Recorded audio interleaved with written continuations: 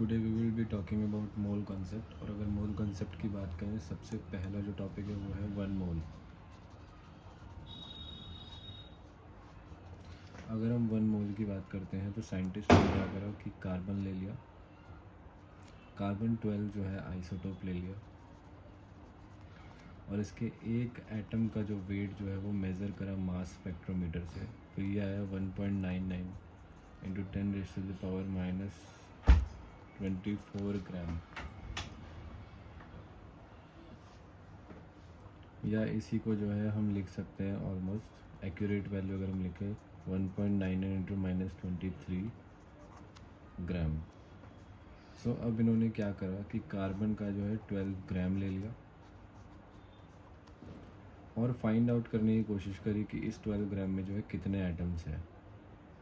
तो जब हम 12 से डिवाइड करते हैं 1.99 इंटू 10⁻⁻23 को, तो हमें यहाँ पर 6.022 इंटू 10⁻23 एटम्स मिले। इसी को हमने वन मोल जो है वो सेट करा। इसको Na से भी डिनोट करते हैं, that is your Avogadro number.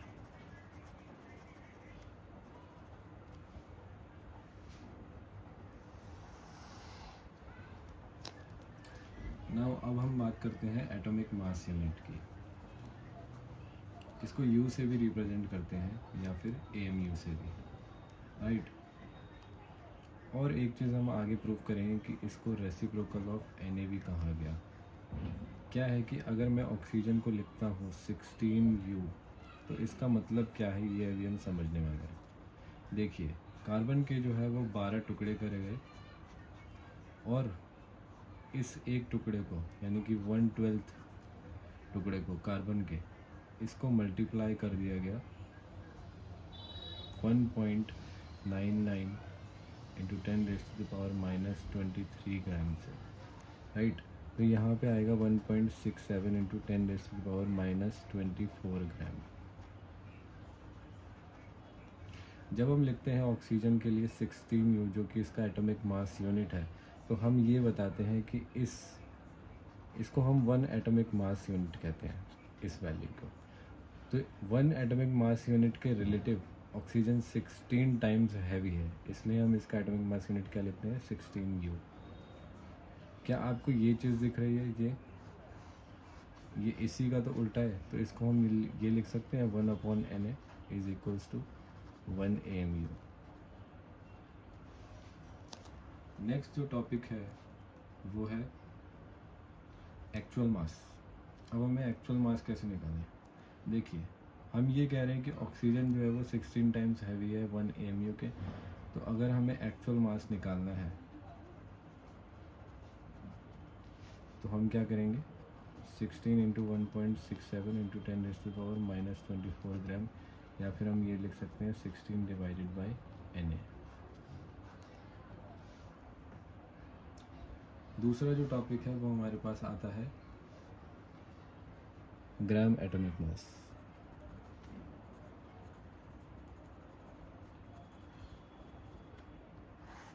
या फिर इसको हम मोलर मास भी कह सकते हैं। नाउ अगर हम किसी भी क्वेश्चन में देखते हैं तो वहाँ लिखा रहता है ऑक्सीजन 16 ग्राम गिवन। तो इसका मतलब क्या है वो अभी हम समझते हैं। मान लीजिए मैंने लिखा ऑक्सीजन 16U, तो हम क्या लिखते हैं, 16 डिवाइडेड बाई Na। ये इसके 1 एटम का जो है वेट है, राइट। 1 एटम का जो वेट है, एक्चुअल वेट। अगर हम इसके 1 मोल एटम का, हम अगर 1 मोल ऑक्सीजन एटम्स का मास निकालना चाहें तो हमें इसको Na से मल्टीप्लाई करना पड़ेगा, राइट। तो ये कितना आएगा, 16 ग्राम। अगेन 16 ग्राम आ गया, राइट। तो मैं यही समझा रहा था, क्वेश्चन में अगर लिखा हो कि 16 gram of O is given, तो आप समझ जाइए कि 16 ग्राम का मतलब है कि ऑक्सीजन के 6.022 इंटू 10⁻23 एटम्स के लिए ये जो वेट है गिवन है, यानी कि 1 मोल ऑक्सीजन के लिए वेट जो है वो गिवन है। सिमिलरली अगर हम मॉलिक्यूलर मास की बात करें,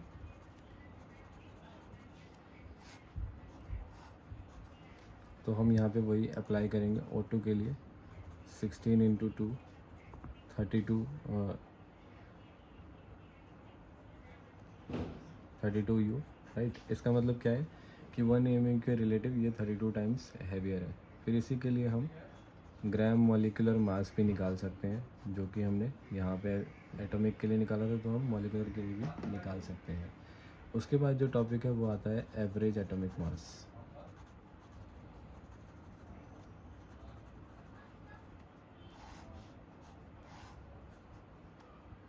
मान लीजिए मेरे पास क्लोरीन है और नेचर में क्लोरीन जो है वो 2 टाइप के मास में एग्जिस्ट करता है। एक का मास है 37, एक का मास है 35। तो हम कौन सी वैल्यू के लिए, इसके लिए हम एवरेज एटॉमिक मास निकालते हैं। नाउ नेचर में जो 37 वाले क्लोरीन की एबंडेंस है वो है 25% एंड इसकी जो है वो 75%। ठीक है, इसको हम कहते हैं रिलेटिव अबंडेंस। तो अगर आपको क्लोरीन का एवरेज एटॉमिक मास निकालना है, average atomic mass for chlorine is equals to relative abundance into 37। ठीक है, फिर हम प्लस कर देंगे रिलेटिव अबंडेंस ऑफ सेकेंड वाला जो मास है उसका। ठीक है, मल्टीप्लाई कर देंगे 35 से, और हम टोटल अबंडेंस 100% रहेगी। तो जब आप इसकी वैल्यू निकालेंगे तो इसकी वैल्यू आएगी 35.5 U। एटॉमिक मास लिख रहे हैं तो हम यहाँ पे U लिखें या फिर AMU। अगर 1 मोल के लिए आपको निकालना है तो ये हो जाएगा 35.5 ग्राम। नेक्स्ट जो टॉपिक है वो हमारे पास है how to find number of moles. Number of moles को हम n से भी डिनोट कर सकते हैं। जो भी मास गिवन है x, this is mass given upon में मोलर या फिर मॉलिक्यूलर मास, राइट। इससे हम किसी भी चीज़ का मोल्स निकाल सकते हैं, राइट। किसी भी एटम मॉलिक्यूल का मोल्स निकाल सकते हैं। अगर हम गैस के केस की बात करें, अगर हमें वॉल्यूम के टर्म्स में मोल्स निकालने हो तो क्या होता है, देखिए। स्टैंडर्ड टेम्परेचर प्रेशर या फिर नेचुरल टेम्परेचर प्रेशर में अगर हम देखें, स्टैंडर्ड टेम्परेचर प्रेशर में 1 बार जो है वो प्रेशर सेट होता है, इसमें 1 ATM। तो 1 मोल गैस, किसी भी गैस का जब हमने निकाला तो जो मास है वो जो वॉल्यूम है वो आता है 22.7 लीटर, और यहाँ पे जो वॉल्यूम आता है वो 22.4 लीटर। तो अगर आपके पास किसी भी गैस का जो है वॉल्यूम दिया हुआ है x, this is volume of gas. आपको पता है 1 मोल जो है गैस का जो वॉल्यूम है वो या तो 22.7 होगा या फिर 22.4, लेकिन मोस्टली हम इसको यूज़ करते हैं तो हम डिवाइड में 22.4 लीटर कर देंगे। किसी भी वॉल्यूम को डिवाइड कर दीजिए 22.4 लीटर गैस के लिए, आपको नंबर ऑफ मोल्स जो है वो मिल जाएंगे, राइट। नेक्स्ट जो है वो हमारे पास टॉपिक है लॉ ऑफ केमिकल कॉम्बिनेशंस। इसमें जो पहला लॉ है वो है law of conservation of mass.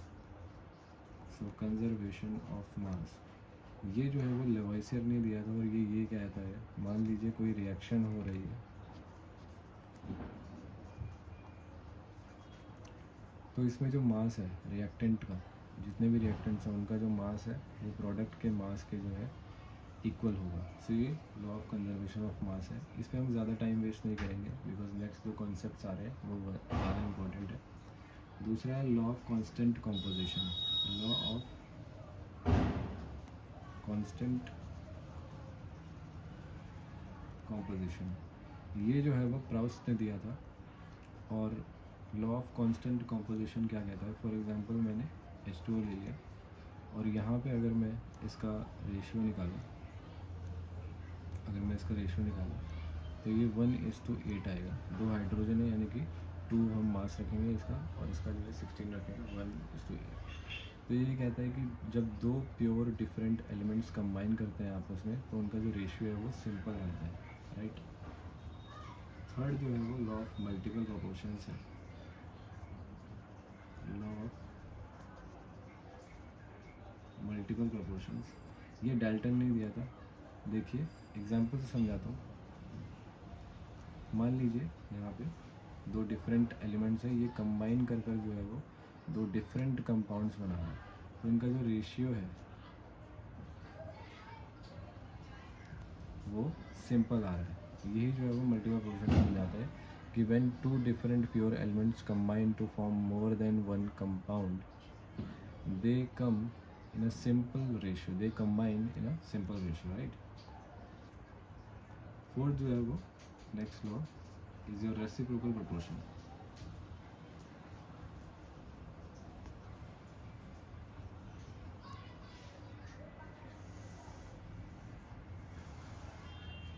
C reciprocal proportion को समझते हैं तो यहाँ पे हम ऑक्सीजन ले लेते हैं, कार्बन ले लेते हैं और ये ले लेते हैं सल्फ़र। सो ये CO2 बनाएगा और ये जो है वो SO2 बनाएगा और ये जो है वो CS2 बनाएगा। अगर हम रेशियो निकालें कार्बन और सल्फ़र का इंडिविजुअल कंपाउंड्स में, carbon in CO2, sulphur in SO2, तो कार्बन का जो वेट है इतना आएगा और ये 32 आएगा। कार्बन इन CS2, ठीक है, और एक बार सल्फ़र इन CS2, तो ये 12/64। इस वाले को फर्स्ट इक्वेशन मान लेते हैं, इस वाले को सेकंड। जब आप फर्स्ट वाले को डिवाइड करेंगे सेकंड से तो ये जो है वो 2 आएगा इसका रेशियो। तो ये जो लॉ कहता है कि when two different elements combine with the third fixed elements, their individual atoms ratio in that compound comes in a simple or whole number, right। या तो सिंपल नंबर होगा या फिर होल नंबर होगा, या तो सेम हो सकता है, ठीक है। अगर मान लीजिए यहाँ पे 32 होगा तो सेम हो जाएगा, 1 आ जाएगा इसका आंसर, ठीक है। तो सेम भी आ सकता है रेशियो या फिर होल नंबर्स में जो है उसका आएगा रेशियो। नाउ नेक्स्ट जो लॉ है हमारे पास वो है Gay Lussac's law. Gay Lussac's law of combining volume.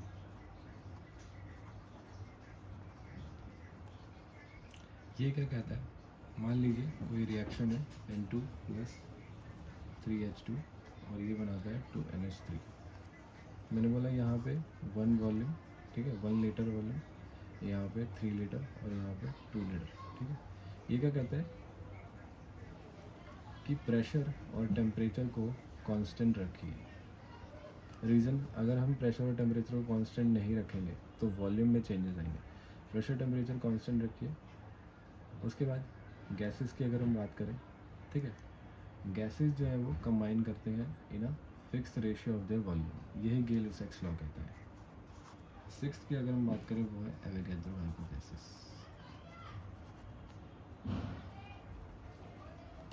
Same जो है कंडीशंस रखेंगे, प्रेशर और टेम्परेचर कांस्टेंट। एवोगैड्रो हाइपोथेसिस ने ये कहा कि अगर हम दो डिफरेंट गैसेस लें, ये गैस 1 और ये गैस 2, इनका वॉल्यूम अगर सेम हो जाए तो नंबर ऑफ मोल्स भी जो है वो सेम रहेंगे, राइट। ये एवोगैड्रो ने कहा। नेक्स्ट जो हमारे पास कॉन्सेप्ट है वो है कॉन्सेप्ट रिलेटेड टू डेंसिटी। आप सभी को पता है कि डेंसिटी जो है वो मास अपॉन वॉल्यूम होता है। एक छोटी सी बात मैं आपको बताना चाहता हूँ, स्पेसिफिक ग्रेविटी।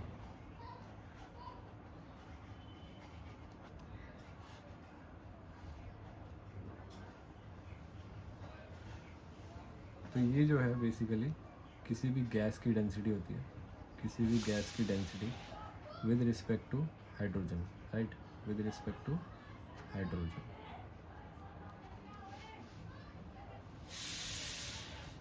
अभी हम नेक्स्ट बात करेंगे डेंसिटी ऑफ आइडियल गैस की। अगर हम देखें आइडियल गैस की इक्वेशन तो वो होती है PV = nRT, राइट। हम अगर देखें एन जो है वो मास अपॉन में मोलर मास होता है, तो यहाँ पे P V is equals to mass upon में मोलर मास, ये बिग एम से लिख रहा हूँ, और यहाँ पे ये आर टी, राइट। तो यहाँ पे जो है मोलर मास जो है वो निकल के आ जाएगा, ठीक है। तो यहाँ पे देखिए मास अपॉन में वॉल्यूम जो है वो डेंसिटी होता है, तो P इज इक्वल्स टू में ये m हो जाएगा और ये v आर टी, राइट। ये जो है वो डेंसिटी हो जाएगा P M is equals to में डी आर टी। तो क्या हम यहाँ से ये कह सकते हैं कि molar mass is directly proportional to density, right. हम ये कह सकते हैं, यहाँ से ये हमें डिराइव करा, ठीक है। दूसरा है relative density.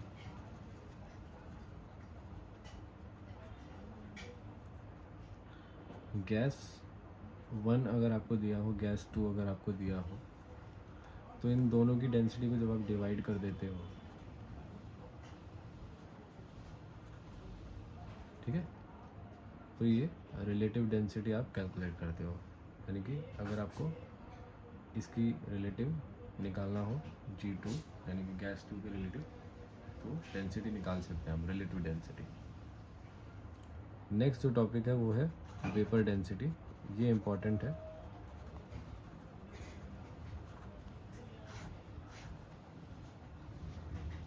Now see vapour density क्या है, किसी भी गैस की डेंसिटी को अगर हम कंपेयर करें हाइड्रोजन की डेंसिटी से, ठीक है, तो वो आ जाता है वेपर डेंसिटी। अभी हमने देखा था कि मोलर मास जो डायरेक्टली प्रोपोर्शनल है डेंसिटी के, तो यहाँ से वेपर डेंसिटी क्या हो जाएगा, गैस की डेंसिटी डिवाइडेड बाय 2, क्योंकि मोलर मास ऑफ हाइड्रोजन जो है वो कितना है, H2 का 2 है। तो वेपर डेंसिटी इंटू 2 करेंगे तो गैस की जो हमें डेंसिटी मिल जाएगी। फिर अगर गैस की डेंसिटी मिल गई तो डेंसिटी को डायरेक्टली प्रोपोर्शनल हम मोलर मास लिख सकते हैं। तो जितना गैस का मोलर मास होगा उतनी ही उसकी डेंसिटी होगी, राइट। नेक्स्ट हम बात करते हैं वेरियस मास फ्रैक्शन टर्म्स की, मोल फ्रैक्शन टर्म्स की और वॉल्यूम फ्रैक्शन टर्म्स की, ठीक है।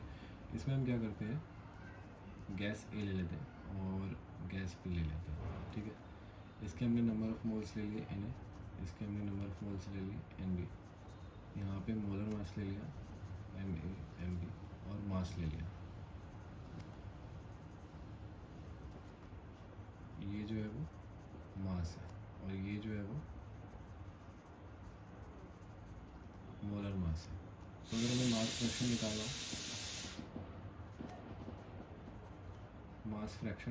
मास फ्रैक्शन ऑफ किसका, ए, तो हम कैसे निकालेंगे,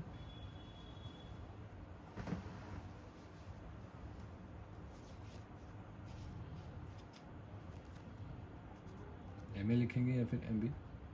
हमें कन्फ्यूज़न होती है इसमें, तो याद रखिए इसमें हम मोलर मास को यूज़ करते हैं, राइट। हम क्या लिखेंगे, Ma divided by Ma plus Mb, यानी कि टोटल मोलर मास में से इसका कितना फ्रैक्शन है वो निकालते हैं, राइट।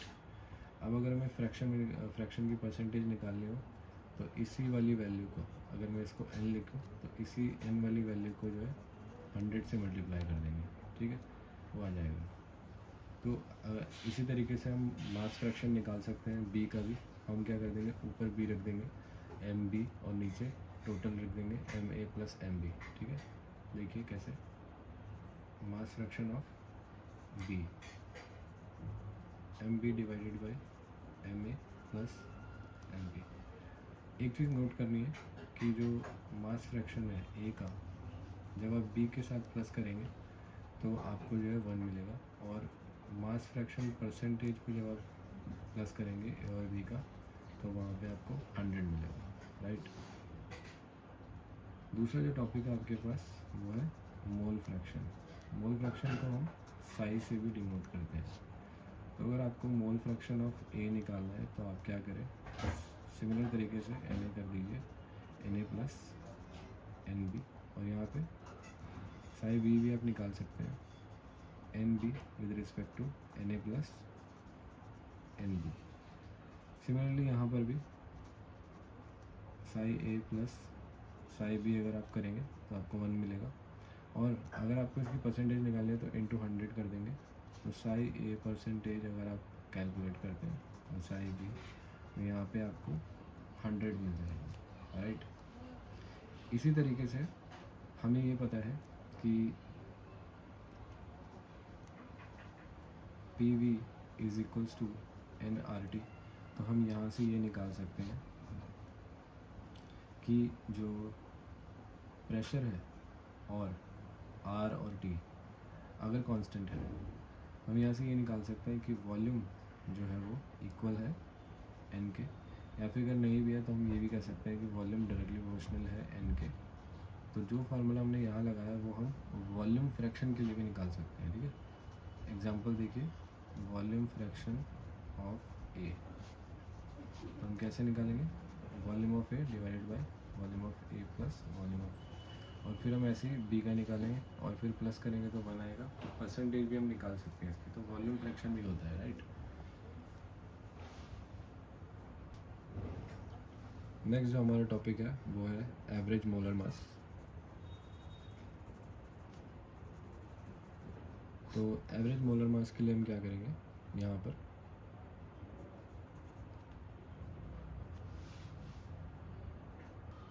हम मोलर मास का फॉर्मूला लगाएंगे यहाँ पे। तो हमें पता है कि number of moles is equals to mass upon में molar mass.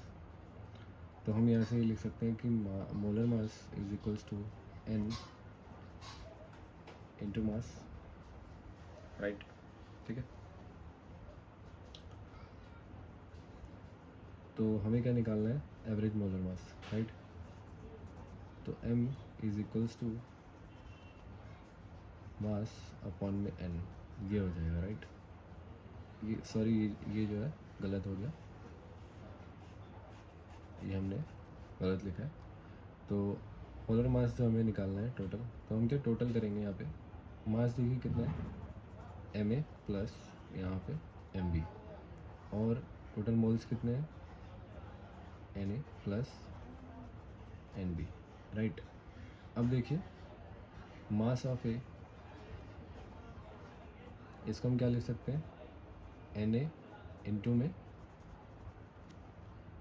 Molar mass of A, right, ये लिख सकते हैं एन ए इंटू में molar mass of A, plus में इसको हम क्या लिख सकते हैं, N B into molar mass of B divided by N A.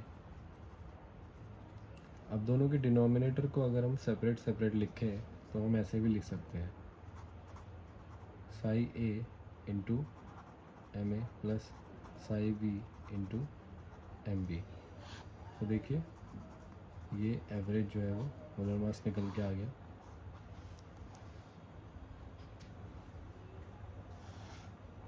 अब हम देखते हैं नेक्स्ट टॉपिक जो है परसेंटेज कंपोजिशन।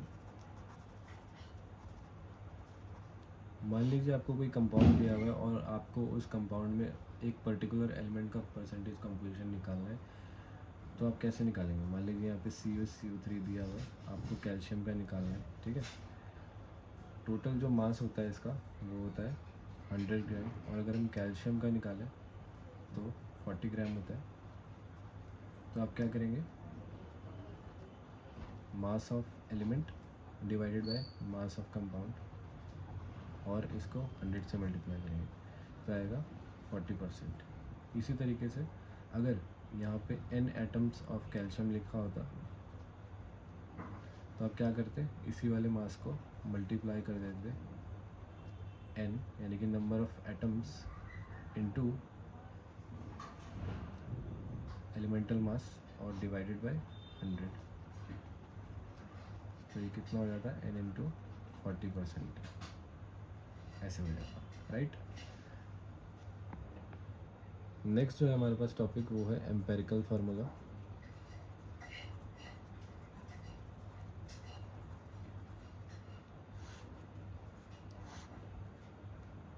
अभी हम रिलेशन देखने वाले हैं एम्पेरिकल फार्मूला का मॉलिक्यूलर फार्मूला से। तो यहाँ पे मैं एक क्वेश्चन ले लेता हूँ डायरेक्ट। यहाँ पे हमें वेपर डेंसिटी जो है दे रखी है 83, ठीक है, और हमें जो है यहाँ पर कार्बन दे रखा है, राइट, हाइड्रोजन दे रखा है और ऑक्सीजन दे रखा है और इनकी परसेंटेज कंपोजिशन दे रखी है जो कि है 57.8%, 3.6% एंड 38.6%।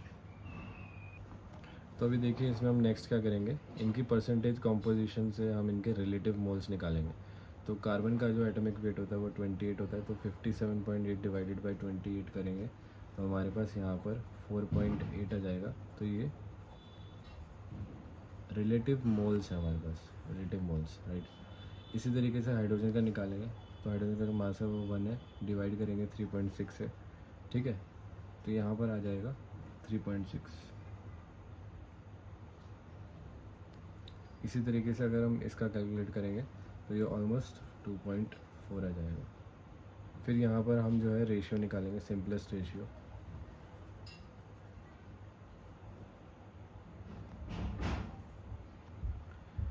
यहाँ पे अगर हम देखें तो सबसे छोटी वैल्यू जो है वो 2.4 है, तो यहाँ पे तो 1 आ जाएगा, राइट।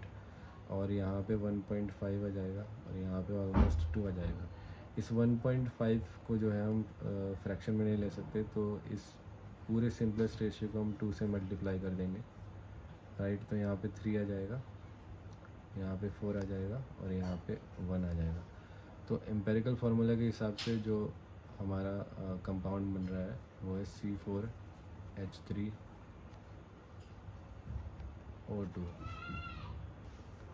अभी हमने लास्ट कॉन्सेप्ट में देखा था कि वेपर डेंसिटी जो है वो किसी भी गैस की वो डेंसिटी अपॉन में 2 होती है। तो यहाँ पे 83 दे रखी है, तो ये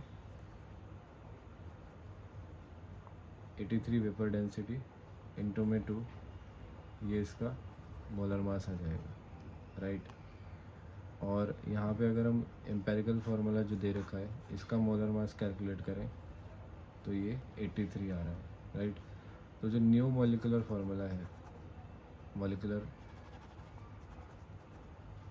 है उसको हमें एम्पेरिकल फार्मूला को जो है 2 से मल्टीप्लाई करना पड़ेगा, जब भी हमें जो कंपाउंड है उसका मॉलिक्यूलर फार्मूला मिलेगा।